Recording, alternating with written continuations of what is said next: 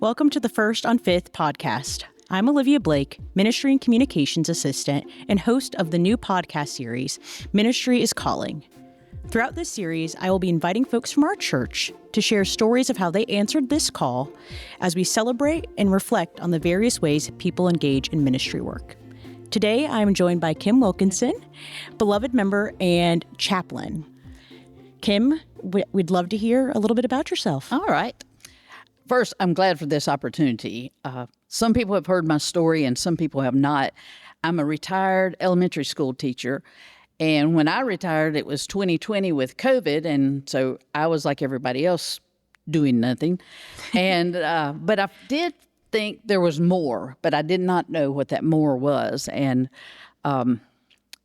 through different people saying, I think God would like for you to go to divinity school. That's how I ended up to where I am now. But there's more to that story that we'll share as we go on. But when you see me, I enjoy being around the kids. I will probably have dog hair on me because I love my dogs and their unconditional love. So that's just a little bit about me. Absolutely. Wonderful. So talked about kind of entering into this calling of pursuing divinity school.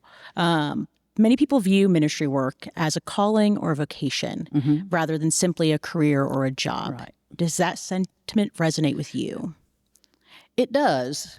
And I guess there's a portion of the job or a portion of the calling that is vocational because there are still the daily tasks that need to be done and those type of things. But there's a deeper meaning to it, and there's a deeper reason that you are doing those things. It's not just to get a paycheck. It's to see how God is working in different people's lives and to help facilitate that in any way you can. Absolutely. Yeah. And I'm curious, not a question I prepared you for, but how does your previous role as a teacher kind of play into that? It does greatly. Just the variety of kids and family situations that I saw have helped prepare me for different aspects of chaplaincy that I see now. Absolutely. It's also given me just a comfort with talking to people of everything, all levels, all ethnicities across the board. I just enjoy hearing people's stories. Yeah. And the teaching aspect, someone asked me one time if I was a better academic teacher or caring teacher. And I was definitely a better caring teacher because that was what was important, that you knew you were important, that you knew you were valued. And I think that's what chaplaincy is, helping people realize you are valued. Absolutely. God does love you no matter what. Yeah. Hearing those stories both as an instructor and now as a chaplain and putting, a listening ear to that and showing that value through listening. That's wonderful. So you mentioned, obviously, this is a more recent shift within your path. When did you first realize this calling for ministry work? What did it look like or feel like? What do you remember of that moment? When I first started at Campbell Divinity, I did not know what I was going to do. I was just sure that I was taking the step I was supposed to, but I wasn't sure what that was. But a couple semesters ago, I had a class, pastoral care. And I remember vividly in that class, a fellow student who was a chaplain at a hospital was sharing with us about his job. And I kept having internal affirmations of, that's what you'll be doing. That's what you should do. That's your calling. Yeah. And I look around and nobody else seems to be reacting like that. They're just paying attention, taking notes. And I'm thinking, oh my gosh, I think this is really it. And so after that class ended, I didn't tell anybody right then because I like, one of my favorite verses in the Bible is when it talks about Mary keeps these things and ponders them in her heart.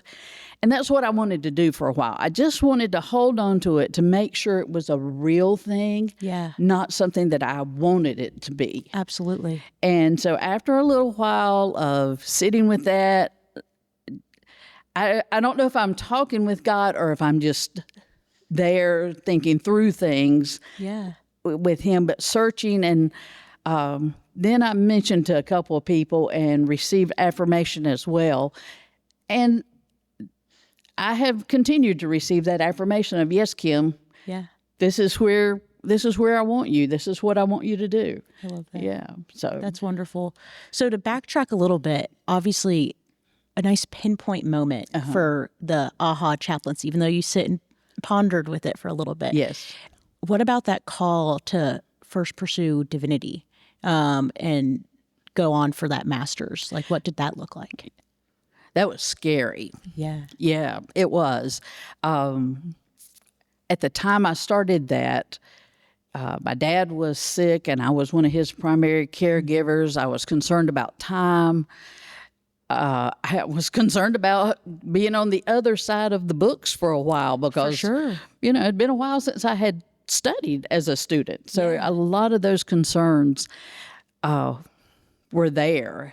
And a friend told me, as I expressed those thoughts and all, she said, Kim, sometimes faith is just taking that first step when you can't see the rest.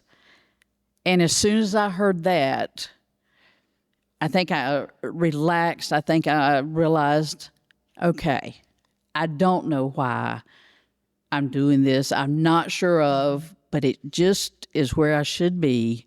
I'm going to trust that God's going to use it. Absolutely. Yeah. Kind of following that North Star, like the three wise men, not knowing where it leads. Exactly. That's wonderful. And continuing to trust that process until you had that class that kind of brought that secondary realization. That is awesome. Yeah. So obviously you mentioned you're finishing that Master's of Divinity now. Yes. And I'm curious, you touched on this a little bit with the realization of the calling of chaplaincy, but talk more about how you decided to focus in on that side of ministry in particular.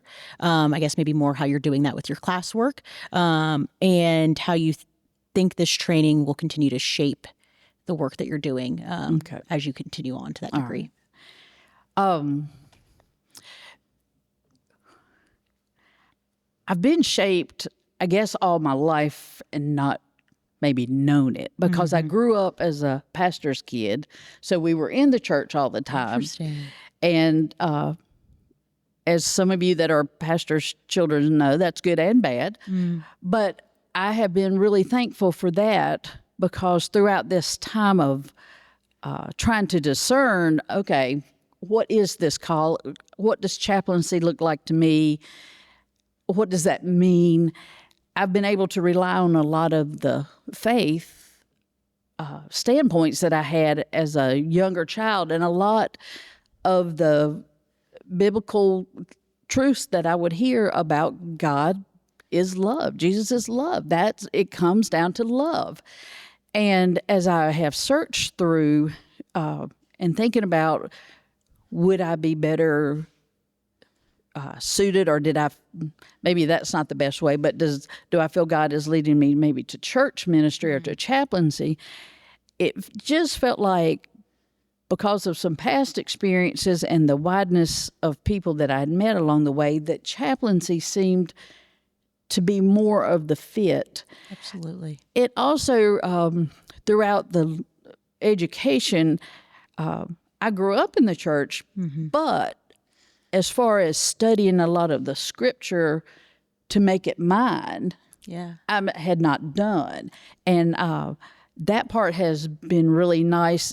And I've told a couple of people, no matter what happens with chaplaincy or working at a church, whatever, my faith has become stronger through this whole process. Absolutely.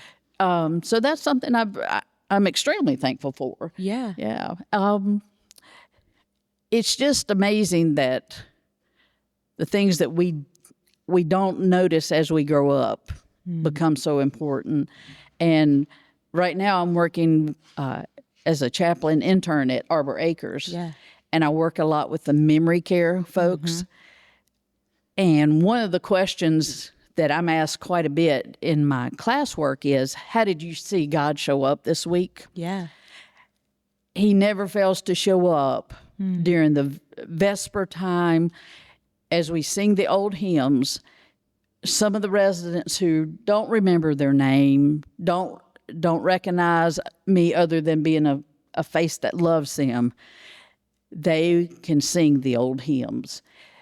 They know the Lord's Prayer. Those things are there, and they don't leave us. Yeah. And that has really given me a lot of support, I think, as I've gone along. So That's a really beautiful. somewhat rambling answer to say No, yeah. that, it's just we need to look at each other, and we need to, Absolutely. yeah. And that's a beautiful story from, interning that. Yeah, That's something to really hold on to.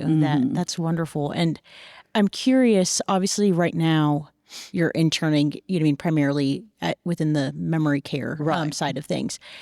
But you also touched on a lot of how you have worked with a variety of different people with different backgrounds, both religious and cultural. And that has better provided you and equipped you for the chaplaincy side of work. I'm curious, how do you see, or where do you see yourself going upon graduation? And do you see yourself pulling towards one or the other, or utilizing them in tandem? That's a good question. Yeah. And the truest answer for me would, absolutely, I'm not sure. Yeah. The best answer, if I could, with the knowledge I have right now, design the most perfect job, it would be working with families as they go through grief, or as they go through the Alzheimer's process. Absolutely. Or even jail ministry. The people that are sometimes the forgotten and on the outer fringes. Yeah. Working with them to give them a voice, to help them realize that people do support them. God loves them. Absolutely.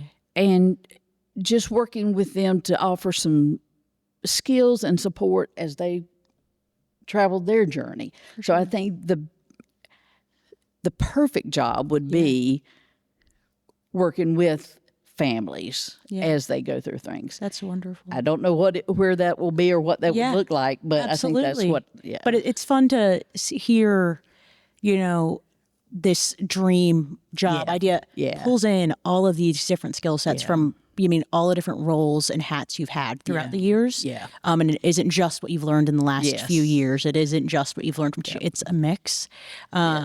And that's really wonderful. And it's fun to think about those things, even if it's still following that North Star and you're not really sure, that having a general idea and knowing where those skills fit in is really cool. So, as I was a elementary librarian and media coordinator, some of the skills I picked up then, I didn't realize would be so helpful now. In hindsight's 2020 with those things. Think God sort of chuckles and said, "See, Kim, I am working this out." Yeah. So there was a purpose for that. Yes. And it's like, okay, I get that. Thank you. Yeah, absolutely. So my final question for you. If you could tell your younger self one thing about when you were starting this journey, whether it be, first entering into faith or first entering into making that decision towards divinity school, what would you tell yourself? I think there are a lot of thoughts racing in my head. Absolutely. So let me see if I can group them together. Yeah. I would think one thing I would want my younger self to know is we can always make the circle wider to include everybody. And that does not mean you necessarily have to completely agree, but you see worth in everybody, and you can draw that circle wide enough. God's love encompasses all. Yeah. And there's no edge to that circle. No, exactly. And I think also I would like to tell my younger self to just trust that faith is enough. You might not understand this or that and how it fits together, but it all will eventually. Absolutely. Yeah. I think those would be maybe Those are wonderful pieces of advice. That's awesome. Well, thank you so much for having the time and sharing your story today. I know we only got a snapshot in this short little time, but it was wonderful to hear. Well, and thank you all for listening. It's been a pleasure, and we will see you again soon.